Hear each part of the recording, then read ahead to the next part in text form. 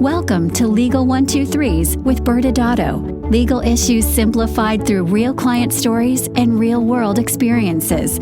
Creating simplicity in 3, 2, 1. Welcome back to another episode of Legal 123s with ByrdAdatto. I'm your host, ByrdAdatto, with my co-host, Michael Byrd. As a business and healthcare law firm, we represent clients in multiple sectors and multiple specialties, especially healthcare. This season, we are searching for common ground for our diverse audience, and we will be bringing in many guests to help us. This season's theme is the universal language, business. That's awesome, Michael. Fun fact, today's guest is our first Three-Peat on our podcast. Speaking of Three-Peat, Brad, I have an interesting story about the NBA and the history behind the Three-Peat. It actually connects to our guest's two passions, the Chicago Bulls and the law. All right, I'm thinking the law might be a little bit of a stretch to call a passion of his, but I'll allow it for right now. Fair point. But he does think compliance is cool. Actually, he thinks compliance is cool, and I think he has tattooed on his biceps. So tell me about how the NBA and the law are combined here. So there have been a half a dozen teams in the NBA to win 3 championships in a row. Half of them were coached by Phil Jackson, and 2 were for the Chicago Bulls. He had his third three-peat with Kobe and the Lakers. All right, Michael, I think we made our first major mistake of our podcast and all the seasons. We should not have mentioned the Chicago Bulls. Our guest probably is now salivating, thinking we're going to be talking about Air Jordan, a.k.a. Michael Jordan, the rest of the show. I don't even know. All right. Let's get back to what you said, though. What does the law have to do with Three-Peat? That's a great question. Back in the late 80s, Pat Riley with the Lakers had won 2 championships in a row for the Lakers, and he went ahead and trademarked the term Three-Peat. Whoa, wait. All right.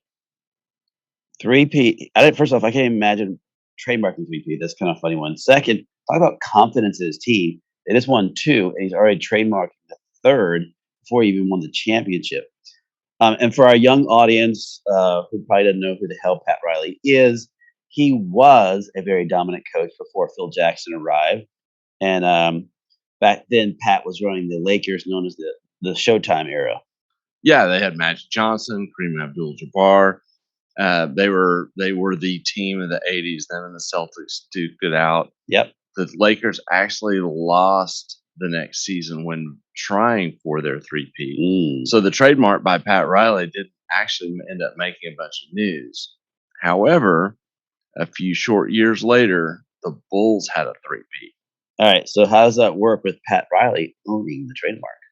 Well, according to my deep research by Googling it, he made licensing fees every time a Bulls fan buys a shirt with a three-peat on it, or anyone buys it. There's a shirt printed with a three-peat on it. And apparently he made over $300,000 in licensing fees off the first three-peat. I couldn't find anything on the internet about how much he made when the Bulls did it again, but I can only guess that the price went up. Oh, man. Well, do you know if he ever trademarked four-peat? Because if not, I think we should jump on it. All right, before we file for some new marks, let's bring on our mystery guest. Who do we have this week? We are joined this week by our law partner, Alex Thiersch. Yeah, he looks familiar. He is a three-peat. He is a Bulls fan. Perhaps a little less important, but still important. He's the founder of the American Med Spa Association. He's the managing partner of the ByrdAdatto Chicago office. Graduated from the University of Iowa. Went to DePaul University College of Law. He was an employment lawyer early in his career before coming to the light and practicing in the healthcare world with a little employment twist, and then finding AmSpa. He has his own podcast called The Medical Spa Insider. Married to his wife, Tony. Passionate about dogs and Michael Jordan and I guess the law. Is that true?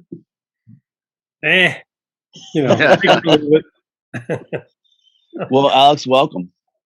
Hey, it's great to be here on the Three-Peat podcast. I can't wait to jump into which team is better. The first the 91 through 93 Bulls or the 96 through 98 Bulls. I think that'll be made for a great conversation. I personally think the first Bulls team was better, which is kind of a opinion that not many people share, but I'll stick by it.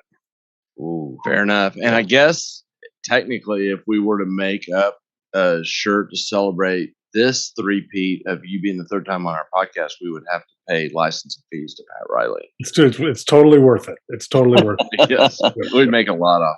I mean, I thought the real question was how much money of that 300,000 was Alex's alone. The number 3-Peats jerseys he's bought. Well, Michael, you can just pay him in cash, and they'll be fine.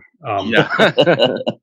All right. Well, so this is your third time on. So people have heard, you were on our very first episode that we had back at the beginning of our podcast. Yeah. And so people may have heard your background before, but would love we're trying to connect these common themes. And you have obviously run law firms, you've run a trade association, but tell us a little bit more kind of your professional story. Well, first of all, thanks for having me back. I'm honored to be the first three-peat guest. Not even sure what to say about that. Super duper duper excited. And by the way, you guys are so professional and like practiced in your opening. It makes me feel very, very incompetent because on mine, I'm nothing like that. It's just kind of jibber jabber. I spit, I stutter. It's just you guys are on point. But anyway, enough about you. Let's talk about me, right? Yeah. So I like to say I'm a recovering lawyer, which is not entirely true because I am still in fact licensed, and I do now and again brush off the law books and practice a little bit. But basically, my story is I kind of stumbled onto the med spa industry about going on 15 years ago. With a client of mine that I got when I opened my own practice. And I kind of found out what this industry was all about. And most importantly, I found out that not only was it an incredibly lucrative and quickly growing industry, but also it was just kind of bare of and there were no resources for these folks to rely upon. There were a lot of people who were practicing and doing things illegally, and they were doing it unwittingly. They had no idea where to go, how to find it. So that's kind of that was the genesis of AmSpa. It was our desire to summarize as best we could and provide guidance to med spas and med spa owners on how to operate compliantly and correctly and safely. And we kind of sometimes you just in the right time at the right place with the right product, and off it went, and kind of the rest is history. Of course, at some point I met you two fine fellows, and that really is what made it click. But there's a bunch of steps in between. But basically, that's where we are now. AmSpa, we are inching up towards 4,000 members, which is going to be very exciting. We, as you guys know, we do the medical spa show. We just had our fifth annual medical spa show last January. Our next one's coming up end of January 2023 at the fabulous Wynn Hotel and Casino. And we do a bunch of other stuff, boot camps to train folks on business and the law, webinars. I mean, everything. If you want to get in the industry, or if you are in the industry and you need help, that's what we do.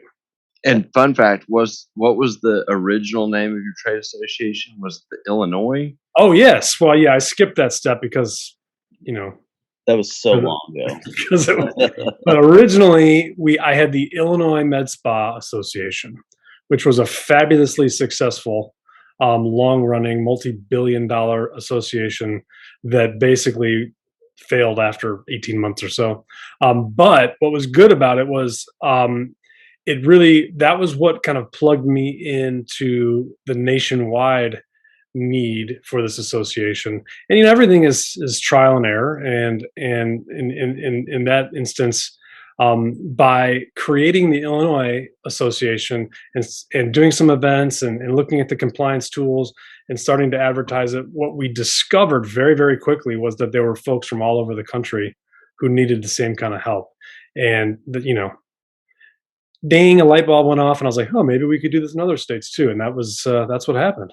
That's really smart marketing if you're going to go national, to change it from Illinois to America. Yeah. Right. No, I mean, I'd like to say that was an easy decision, but it took me about 6 to 8 months of tinkering before I figured out that I could just change the name.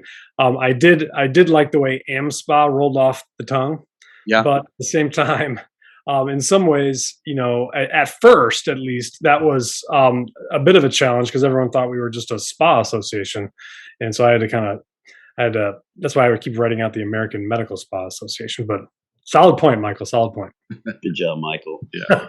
All right, so now we have this long, illustrious career, as an attorney, and then overnight you become this giant, booming success of the Illinois Med Spa Association to eventually become the American Medical Spa Association. One of the things that we're working with all our guests this year is really finding what commonalities did you experience from the law practice that you're applying, and the same thing in the AmSpa world.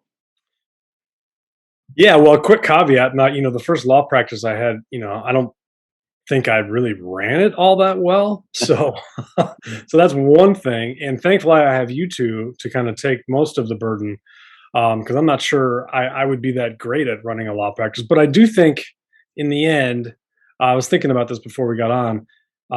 Business is business, and it's all very much having an idea and a product that solves some sort of a problem that is part of some sort of a niche that allows you to get clients or customers, whatever you want to call them, and then service those customers and keep those customers. And it doesn't matter what business you're in; those are kind of the three components that you always have to come up with: is getting them, servicing them, and keeping them. So a law firm is obviously different in that the services you're providing are very specific to what people need, and it's much different than what we're doing. But in the end, it's and I've seen this a lot through what ByrdAdatto has done and the way it's grown. There's still the marketing component, there's still the client relations and client retention component, communication component. All of those are always present, and along the same lines, there's always the absolute need to have some sort of a handle on your numbers, as well as the plan. And really, those two things often are I think are very interchangeable, because the numbers inform the plan, and the plan helps define the numbers. So, regardless of what business you're in, you've got to be able to put together what your idea is, put that plan in place, and then make sure you have enough money in order to make it work. Yeah, and then I know, just from running businesses with you in the past, you used to sandbag us and talk about how you were an English major and so you didn't know the numbers, but you always, even if your role was not directly with putting together, profit and loss statements, you always had an understanding, enough of an understanding of what the numbers were to help, shape whatever vision you were trying to go after. Well, that's gotten a lot better as I've gotten older. Because at first, I still lament. I had one of my uncles I talked to right when I had started my own firm said to me, "You should really take like a basic bookkeeping or accounting course or some sort of just basic finance course to fit." And I was like, what does he know? He's never done a business. I got this. This is easy. And then within 6 months. Actually, within a couple of years of not doing that, I realized he was absolutely right. So you get, it's weird. Like with anything in that requires some experience, people tend to have to learn and find out for themselves, right? So people can tell you all the time, learn your numbers, do this, do that, but until you get into it and really feel it and experience it, it doesn't make sense. So over the years, it's really started to become apparent to me that if I didn't get a handle on the numbers, there's no way I was going to succeed, or at least succeed at the level that I knew I could. So it's absolutely essential. And if I can do it, you can do it, because I am really bad at math. Ask my wife. Some of the calculations I'll do like out loud when we're thinking about something are just pathetically bad. It's just like there's absolutely no way that someone could come up with that answer, and I come up with it. But luckily, we have calculators and Excel, and we have people that can help us. But truly, anyone who's looking to start a business, that is a problem you have to be able to solve. So you're saying numbers matter. Well, I mean, they absolutely matter. I mean, really, that's kind of the thing is, you have to you have to be able to measure yourself against something, and you have to be able to measure what you're doing in order to see that you're achieving any goals. And if you're not measuring, then how are you going to possibly know? And if you don't know, then there's no way to adjust.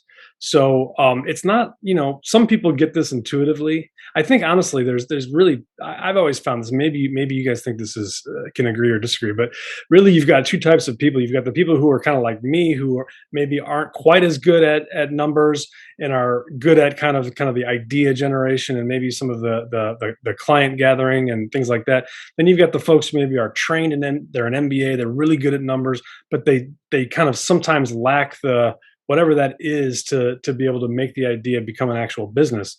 You've got to be able to figure out what your strengths are and then find someone else to help you on the other side. Otherwise, because most people don't have both. And if they tell you they have both, I would, they probably got some real estate to sell you also. Agree with you on that. Well, Alex, let's talk about one of the proudest business strategies or accomplishments you've had in any of the industries that you have been a part of. Well, I'll tell you what. There's a lot that I could go with, and I was just thinking, just from expanding to AmSpa from the Illinois Med Spa Association to the various, to finding you guys and being able to commit and work something out with you after some of the other firms that I've been to. But I think the one that I'll go with was one that you were both involved with tangentially and then became majorly involved with, is when we decided, Kathy Christensen and I decided, Kathy's our COO, to kind of go all in and do the Med Spa show, which was at the time, if you were to look at it from just a basic cost benefit analysis standpoint, or if you were on the outside and looking at what we were doing, you probably would have thought we were crazy and we were on the verge of bankrupting our entire company. But the time was right. We just knew we had to do something bigger. We knew we had to do something that if this company was going to grow to where we thought it could, we had to do something big. And so that's when we decided to just kind of on a whim, last minute. I mean, we planned it and executed in, I think, about 6 months. And it was right after our relationship started. We didn't have any staff. It was just Kathy and I and maybe like Allie and Eric, a few other folks. So we had like 4 or 5 people, and we just kind of bootstrapped this thing together in Vegas. And it turned out to really be kind of the final like rocket booster that has taken AmSpa to where it is today. And so that's that. I would say it's it's another kind of a specific answer for just being able to recognize when there's an opportunity, and then you've got to be able to have the guts and the wherewithal to just do it. This is anytime you run a business, there's risk, and you've got to be able to accept and take on some risk if you want to be successful. No one is going to be successful by playing it totally safe. So you've got to just sometimes be like, all right, let's do it. And as you know, that has turned out to be just a huge benefit for the industry and for us and for everybody. And go ahead. Yeah, I was going to say, Brad and I both are probably chomping at the bit to talk, because we experienced that risk like real time, because we happened to be with you guys in Vegas when you went to look at the space, and Brad and I were looking at each other as we toured this space thinking, this is absolutely crazy. I mean, this is what grown-ups do, renting this space and of course the financial commitment that went with it. And it's just to remember that moment so clearly, and to see what has become of the Med Spa show and how important it is to the industry is such a huge hat tip to being bold if you have a vision and you believe in it. Yeah, I totally agree. I remember being in the room in Chicago when you pitched it to us. Y'all are very methodical as to the why that y'all needed to do it.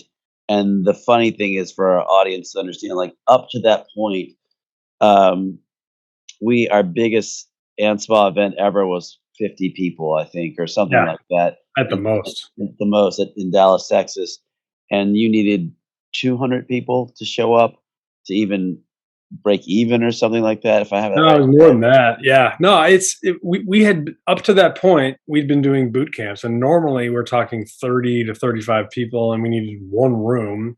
So Yeah. there was no real complexity. Right. And then, Michael, to your point, like, we were like, we're going to do this big. So we got, we went to the Aria. This was a beautiful hotel, beautiful space. And we Yeah. had, all these rooms. And I'm sitting there going, this is going to cost us how much and how, and we needed to get, I think close to 300 people to really make it work. And we did, and we didn't get much more than that, but we got enough, and that's, you got to start somewhere. So that Well, was I fun. think you're sandbagging. I mean, people were trying to get in that first one because you had to close it off. Yeah. And I mean, it was crazy. I mean, Brad wouldn't know because he didn't bother to show up. Yeah. Well, Yeah. that it didn't really count the way I always looked at Yeah. it. That was the warm up, since I couldn't be there for the main event, which is now we're only 4 years in. This coming year will be our 5th. Well, we were gonna change the name to the ByrdAdatto show, but now it's just the Bird Show because you weren't there for the first one. Sorry.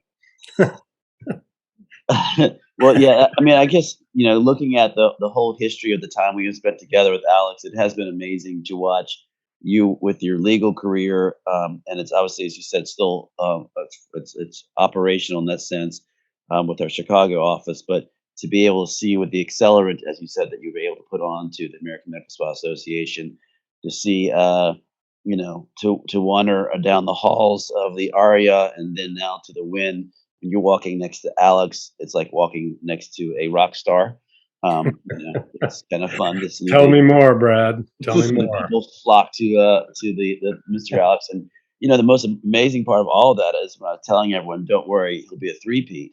He'll join us again on our podcast. So that was why Yeah. we'll probably have 4,000 people listen to this podcast alone, just because you showed up. Well, that's absolutely true. This podcast is really kind of my raison d'etre for doing things. But what's interesting though is, and I've seen this with ByrdAdatto, and really it's any business, is that there's always these inflection points that you get to where you've come a certain distance, you've met whatever goal that you've tried to meet. And then you kind of have that next step, and the question is, are you going to take that step or are you not? Like you guys, you took a flyer on AmSpa and on me, which was a huge gamble on your part. And it's like, at some point, any business is going to have to make that decision. You're going to come to a point where it's you're going to go in one direction or another direction, and the fortune favors the brave. So I'm always in favor of just go for it. Well, I can't agree more. I mean, that's all some really good points about running a business. Unfortunately, with all businesses, there's risk involved.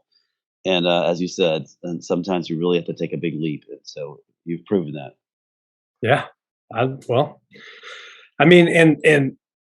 it's again, it's the a lot of this is just knowing what you don't know.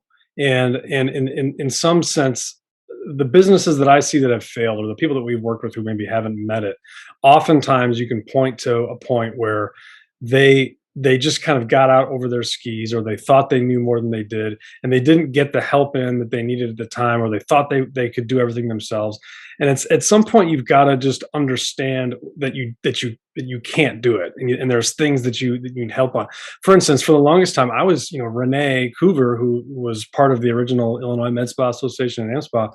We were handling all the legal work that came in. We were trying to do everything, and it really wasn't until we got together and ByrdAdatto, who was able to handle that work, was able to take that burden off of me so that I could run the company fully. And that's a huge piece of the puzzle that I don't think we ever talk about enough, is because without me being able to focus solely and being able to refer people to a law firm and to lawyers that I knew were competent, understood the industry, that the AmSpa we wouldn't have been able to do the medical spa show. We wouldn't have been able to do any of this. So it's kind of cool. It's a good synergy. So find a good partner too. That's the other lesson. Yep. Yeah, that's awesome. Well, I can't believe we've got 25 minutes has flown by. Feels like we just started. So what we'll do is we'll say bye to the end of interviewing you for your three-peat, and we'll go into commercial. Now the other side, we can add any legal insights that we want to add, and we'll look forward to the four-peat. I don't think Fort Pete is trademarked.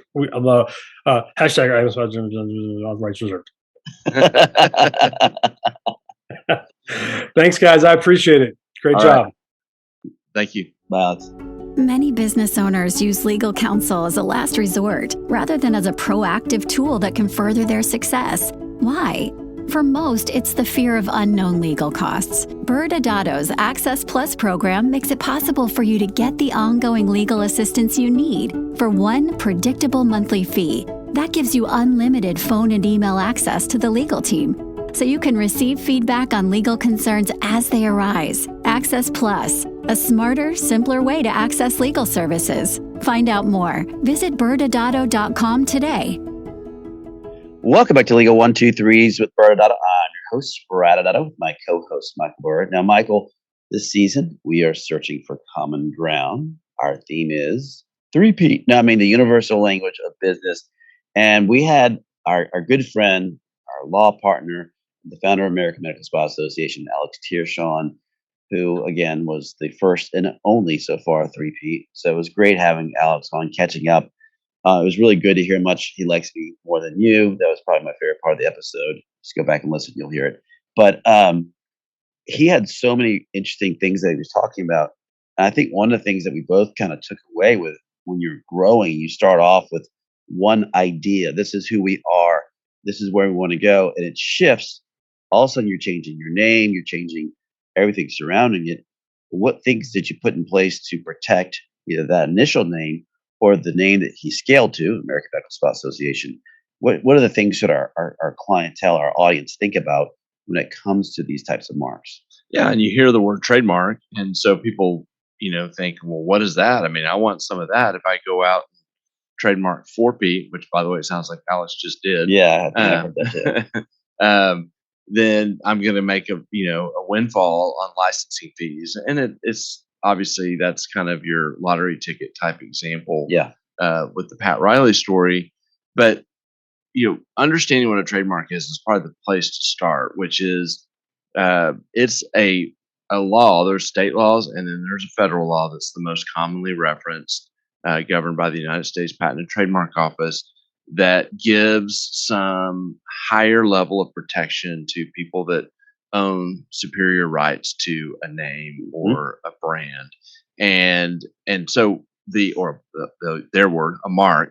Yeah. And so, but what makes it important is actually having that mark or that brand name and using it. Yes. And so when he started using the American Med Spa Association, or AmSpa, he was putting a stake in the ground, in some way to the world that this is mine. And if someone had been using it before him, they would have a superior claim potentially over him. That's a bit important factor.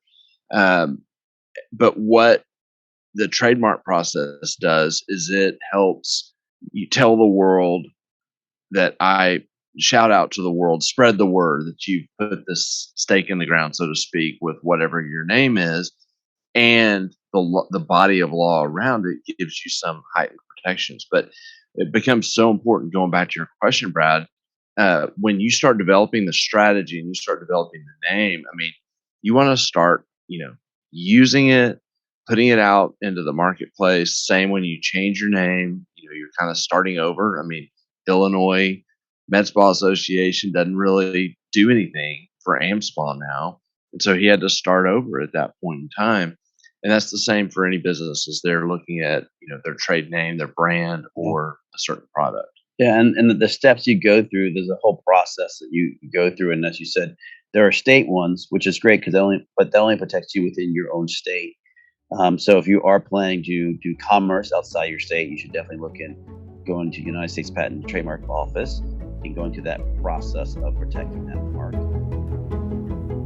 ByrdAdatto is providing this podcast as a public service. This podcast is for educational purposes only. This podcast does not constitute legal advice, nor does it establish an attorney-client relationship. Reference to any specific product or entity does not constitute an endorsement or recommendation by ByrdAdatto. The views expressed by guests are their own, and their appearance on the program does not imply an endorsement of them or any entity they represent. Please consult with an attorney on your legal issues.